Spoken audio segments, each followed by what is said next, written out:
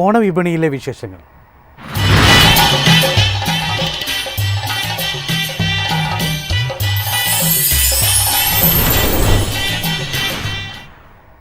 ചിങ്ങം പിറന്നിട്ടും മലബാർ മേഖലയിലെ നേന്ത്രപ്പഴത്തിന് ഡിമാൻഡ് ഉയരുന്നില്ല. വെളിച്ചെണ്ണയ്ക്ക് വില കൂടിയതോടെ ചിപ്സ് വിപണിയിലുണ്ടായ മാന്ദ്യവും ഒരു കാരണമാണ്. നോക്കാം മാർക്കറ്റിലെ ഇന്നത്തെ കാഴ്ചകൾ. 2 കിലോ 100 ഏത്തപ്പഴം 2 കിലോ 100. വെളിച്ചെണ്ണയ്ക്ക് വില കൂടിയതോടെ നമ്മുടെ നാട്ടിലെ ഏത്തക്കായ് കർഷകരും ചില പ്രതിസന്ധികൾ നേരിടുന്നുണ്ട്. അവ എന്തൊക്കെയാണെന്ന് ഒന്നറിഞ്ഞു വരാം. ഓണത്തിന് ഇലയുടെ തുമ്പത്ത് കറികൾക്കൊപ്പം സ്ഥാനം പിടിക്കുന്ന ഒരാളാണ് നമ്മുടെ ചിപ്സ്. പക്ഷേ ഓണമിങ്ങെത്തിയിട്ടും പഴത്തിന് ആവശ്യക്കാരില്ലാത്തതിനാൽ ആശങ്ക പ്രകടിപ്പിക്കുന്നവരാണ് ഇപ്പോഴത്തെ വ്യാപാരികൾ. ചിങ്ങം പിറന്നിട്ടും നേന്ത്രപ്പഴത്തിന് പോലും കാര്യമായ ആവശ്യക്കാരില്ലാത്ത സ്ഥിതിയാണ്. വെളിച്ചെണ്ണയ്ക്ക് വില കൂടിയതോടെ ചിപ്സ് വിപണിയിലുണ്ടായ മാന്ദ്യമാണ് ഒരു കാരണം. ചിപ്സ് വ്യാപാരത്തിലുണ്ടായ കുറവ് പഴവ്യാപാരത്തെയും കാര്യമായി ബാധിച്ചിട്ടുണ്ട്. ഉൽപാദനം കൂടുതലായതിന്റെ പേരിൽ വില കുറവാണ്.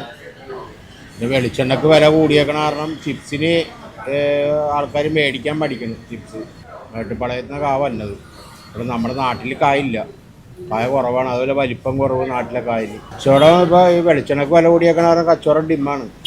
ചിപ്സിന് ആൾക്കാർ കൊണ്ടുപോകാൻ പഠിക്കണം. 40 രൂപയുള്ളൂ വില, റേറ്റ് വളരെ കുറവാണ്.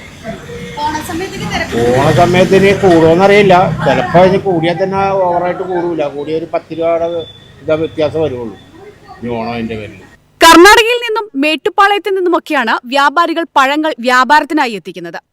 കിലോയ്ക്ക് 37 മുതൽ 40 രൂപ വരെ വിലയിട്ടാണ് മൊത്തവിതരണക്കാർ നൽകുന്നത്.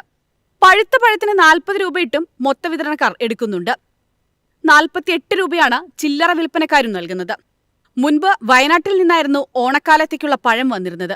ഗൂഡല്ലൂർ, ഗുണ്ടൽപേട്ട എന്നിവിടങ്ങളിലെല്ലാം വ്യാപകമായി നേന്ത്രവാഴ കൃഷിയുമുണ്ട്. ഓണക്കാലം കണക്കാക്കിയാണ് ഇവിടെ കൃഷിയെടുക്കുന്നതും. പഴവിപണിയിൽ ആവശ്യക്കാർ കുറയുന്നതിൽ വ്യാപാരികൾ ഇപ്പോൾ അവരുടെ ആശങ്കകൾ പങ്കുവച്ചതാണ് നാം കേട്ടത്. ഇത്തവണത്തെ ഓണത്തിന് പഴം അത്ര സേഫ് അല്ല എന്നാണ് ഇതിൽ നിന്ന് മനസ്സിലാക്കാൻ സാധിക്കുന്നത്. ക്യാമറാമാൻ ബേസിലിനോടൊപ്പം റിപ്പോർട്ടർ വീണ സനു, മൈഫിൻ TV, കൊച്ചി.